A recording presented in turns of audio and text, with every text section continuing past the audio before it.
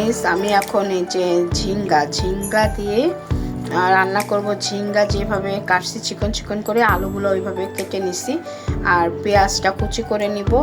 আর সাথে হলো এই যে এটাকে বলে কাজুলি মাছ, নিশ্চিত কাজুলি মাছ, এরকমই হবে, কাজুলি মাছটা হবে।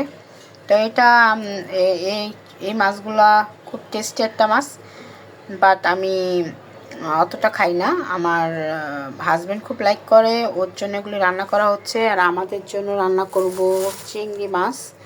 এই চিংড়িটা ভুনা করব টমেটো দিয়ে। আর ও হলো এই কাজুলি মাছটা খুব লাইক করে, ঝিঙ্গা আলু দিয়ে ওর জন্য একটা ভুনা করা হবে। তো ওকে এই তরকারিটা দিলে আর কিছু লাগে না। অন্য গাইস, আমি প্রথম তেলের ভিতরে পেঁয়াজ দিলাম। পেঁয়াজটা যখন হালকা লাল লাল হবে তখন আমি দিয়ে দিব সব কিছু। এখানে আমি রান্না করব হলো ঝিঙ্গা দিয়ে কাজুলি মাছ। তো পেঁয়াজটা বাদামি হওয়া পর্যন্ত অপেক্ষা করব। তো গাইস, তো আমি আদা রসুন দিয়ে দিলাম 1 টেবিল চামচ, হলদি দিলাম 1/2 টেবিল চামচ। এটা দিয়ে ফেলছি। আর এটা ভিডিও ক্যামেরাটা অন করা হয় নাই, মানে অফলাইনে ছিল ভুলে, তো দেখানো হয় নাই। তো এখানে আমি আপনার পরিমাণটা বলে দিচ্ছি। 1 চামচ হলো আদা রসুন বাটা আর 1/2 চামচ হলুদ বাটা, এটা দেওয়া হবে।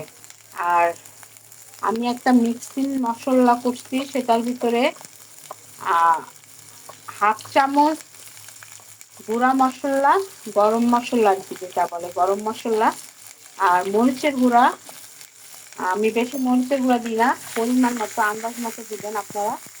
আর জিরার ফাঁকি 1/2 টেবিল চামচ দিয়ে তারপরে একটা আমি এই যে দেখেন একটা মশলা করছি, এটার ভিতরে 1/2 চামচ গরম মশলার গুঁড়া আর মরিচের গুঁড়া পরিমাণ মতো, আর জিরার ফাঁকি 1/2 চামচ দিয়ে এটা দিয়ে দিব, দিয়ে দিব। এখন এটা একটু নাড়াচাড়া করব, মশলাটা ভুনা হওয়ার আগ পর্যন্ত একটু নাড়াচাড়া করতে হবে। যখন এরকম ভুনা ভুনা হবে তখন আমি ঝিঙ্গাটা আলুটা দিয়ে দিব। এটা দিয়ে আর সে ভালো করে নাড়াচাড়া করব আর কষাবো আর কি, এটাকে কষানো বলে। এভাবে করে কষাতে থাকবো আর সুন্দর একটা কালার হবে। দেখেন কি সুন্দর একটা কালার হচ্ছে। তো এভাবে আমি ঝিঙ্গা আলু দিয়ে কাজুলি মাছ রান্না করি। মাছটা একটু পরে দিব, আগে এই যে সবজিটা কষাতে হবে, কষানোর পরে আমি মাছ দিব। দিয়ে দিলাম, সম্পূর্ণ মাছটা আমি দিয়ে দিলাম। এখন এটা নাড়াচাড়া করব, নাড়াচাড়া করে কষাতে হবে মাছের সাথে। ঝিঙ্গা আলুটা কষানো পর্যন্ত ওয়েট করেন, তারপরে আমি লাস্টে হালকা পানি দিয়ে ঢাকনা দিয়ে দিব।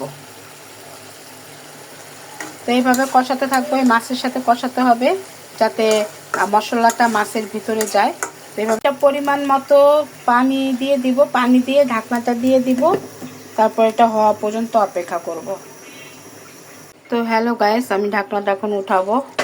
এই তো কি সুন্দর আমার রান্নাটা হয়ে গেছে। আমি এতটুকু ঝোলঝোলই রাখবো, হালকা, এটাকে বলে মৌ ঝোল।